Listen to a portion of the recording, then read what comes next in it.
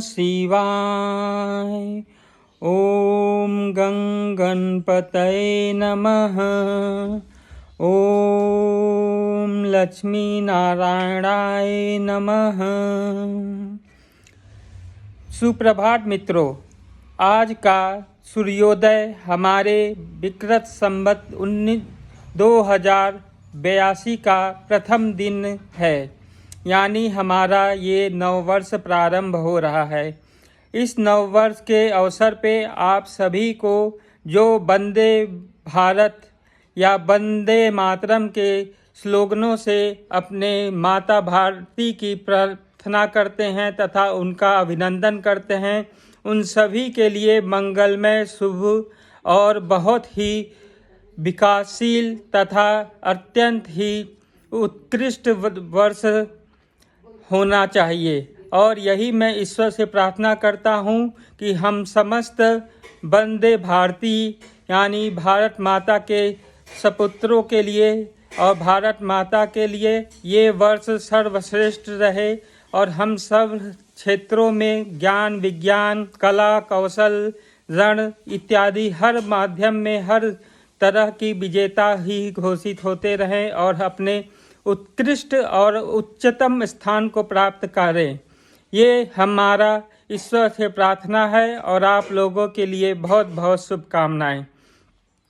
इस नव वर्ष के प्रारंभ से ही माता की पूजा भी प्रारंभ हो जाती है, यानी चैत्र नवरात्रि प्रारंभ हो जाती है। ये 9 दिन हमारे जीवन में बहुत ही संयमित तथा शुद्ध अंतःकरण से इस माता की पूजन और धार्मिक कार्यों में अपना जीवन यापन करने के लिए अत्यंत ही श्रेष्ठ वक्त होता है। इस समय यदि हम अपने मन, कर्म, वचन, इंद्रिय इत्यादि को संयम करके माता का सेवन करें और माता के गुणगान करें तो हमारे दिन बहुत ही अच्छे से कटेंगे और आने वाले पूरे वर्ष हमारे लिए सुख, समृद्धि और अत्यंत ही धार्मिक मन भाव में रहेगा। माता जो समस्त जीवों के कल्याण के लिए धरती पे आती हैं, वो अपने पुत्रों को भी पूरी तरह से सुरक्षित रखते हुए अपना आशीर्वाद हमेशा प्रदान करती रहेंगी। इसी नववर्ष के समय नवमी के दिन हमारे प्रभु श्री राम का जन्म दिवस भी मनाया जाता है।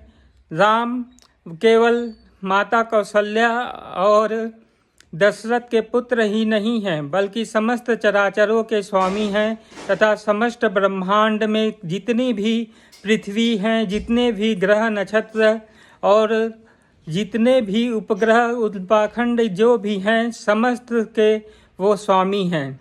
राम जी का जन्म या राम जी का अवतार लेना केवल मानव कल्याण के लिए ही नहीं, बल्कि मानव को जीवन में कैसे जीवन निर्वाह करना चाहिए, इसकी बहुत ही सूक्ष्म से सूक्ष्म रीति को बताए हुए हैं, जिसमें उनके साथ उनके सखे संबंधी और उनके रिश्तेदारों सभी के साथ किस तरह मर्यादित ढंग से अपने कर्तव्यों का पालन किया जाना चाहिए, इस धरती पे ये सब कुछ दिखाया और समझाया गया है। राम जी मर्यादा पुरुषोत्तम राम हैं और उन्हीं के नक्शे कदम को मानते हुए यदि प्रत्येक इंसान अपने जीवन में उनके कुछ कुछ गुण ही रख ले तो भी वो पूरी तरह से इस कलयुग के भवसागर से आराम से पार हो जाएगा।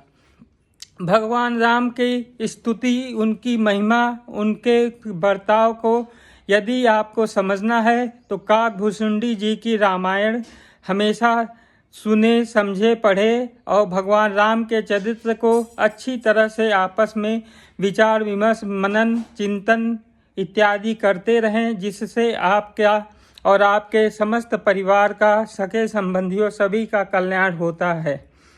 सिया राम मैं सब जग जानी, करऊँ प्रणाम जोगी जुगत पानी।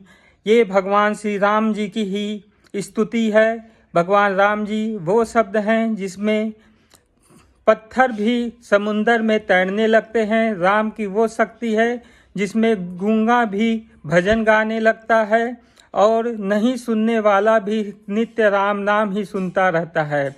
प्रारंभ भी राम है, अंत भी राम है, सब जगह राम ही राम है। कोई झूठा या उल्टा भी राम नाम लेता है तो भी वो महर्षि वाल्मीकि बन जाता है, और कोई दुश्मनी भी पालकर यदि राम नाम करता है तो भी वो लंकेश की तरह इस लोक को त्याग कर परम आनंद को प्राप्त करता है।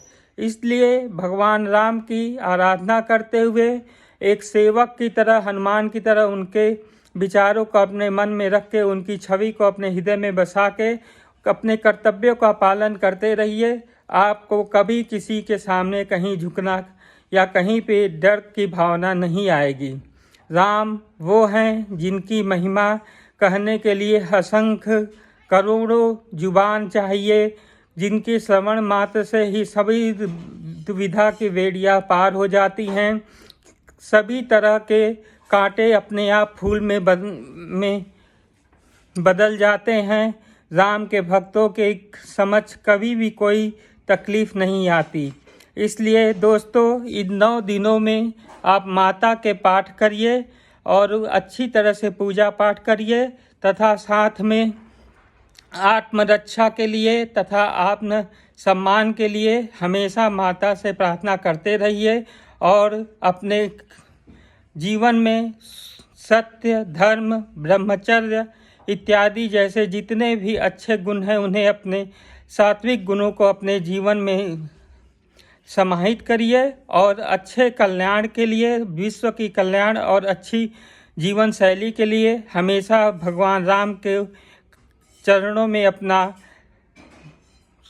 सांसों में आने वाली प्रत्येक सांस को अर्पित करते रहिए, क्योंकि मन, क्रम, वचन से और मानसिक की शुद्धि के द्वारा भगवान के पूजन पाठ से आपका कल्याण निश्चित ही होता है, और इसमें कोई संदेह नहीं है।